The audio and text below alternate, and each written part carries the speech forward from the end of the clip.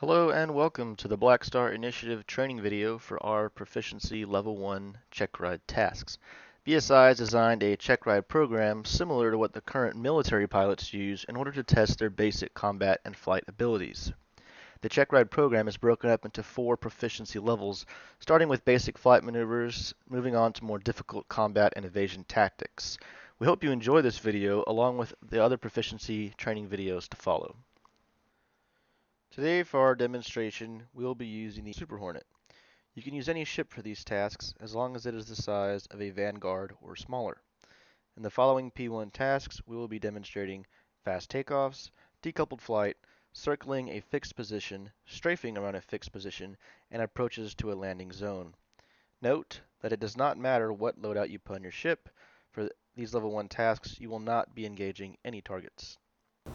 Our first task will be fast takeoffs. Fast takeoffs are designed to test the pilot's ability to get the spacecraft off the platform or carrier in the fastest time possible. This is a much needed skill in case our area of operation comes under attack or for certain other emergencies. The standard for this task is the pilot will start on the platform and enter his ship. The pilot will power on the ship with the minimum systems needed to get off the platform and take off as fast as possible. The pilot will demonstrate the ability to lift off the pad, switch to SCF mode, and utilize boost to take off as fast as possible.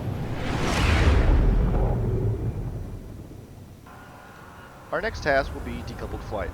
Decoupled flight, while not needed during normal flight, can be a useful tool to aid in targeting, evasion, and combat applications. It can also be used to gather valuable intelligence while continuing to move in a steady direction. Standard. The pilot will demonstrate the ability to perform decoupled flight by flying in a straight path, decoupling, and turning 90 degrees to spot a target. The pilot will then turn and exit decoupled mode, leaving the area of operation as quickly as possible. In this scenario, we are using decoupled mode to give the pilot a chance to maintain his current course while gathering some intel on the platform. This allows the pilot to continue moving, which is always the safer choice, while still getting a good view of the target. Our next task will be circling a fixed position. Circling a fixed position is an extremely necessary flight pattern for intelligence operations. This tool is primarily used for scouting a certain area when being stationary would become more dangerous to the pilot. Standard.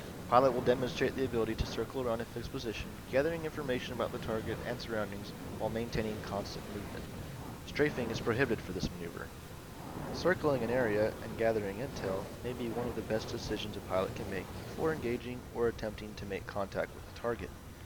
It is a less threatening posture than strafing with your guns pointed directly at them, in which some cases may provoke the target when that is not your intention.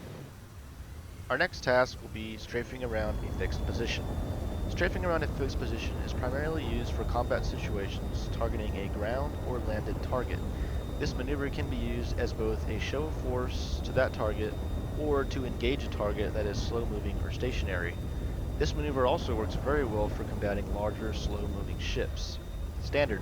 The pilot will demonstrate the ability to strafe around a fixed position, maintaining proper heading on the target. The pilot will complete 2 360-degree strafes around the target while maintaining a heading of plus or minus 10 degrees of the target. The next task will be approaches to a landing zone. Landing has always been the most difficult part of any flight. You don't have to go up, but you must come down eventually. As a private military company, we will be operating on many capital ships with other aircraft on board, so being able to land effectively is of the utmost importance. Standard. The pilot will make an appropriate approach to a landing zone using whatever aids the pilot deems necessary. The pilot will avoid all other ships on the platform or hangar and execute a landing in a timely, safe manner. Note that not all landing areas will have an auto land feature, so being able to land manually will be very important. BSI encourages all pilots to use the auto land feature when available to avoid the risk of pilot error. Hope you all enjoyed the video demonstrating the Check Ride Proficiency 1 tasks. Please check out the official Check Ride document on our forums.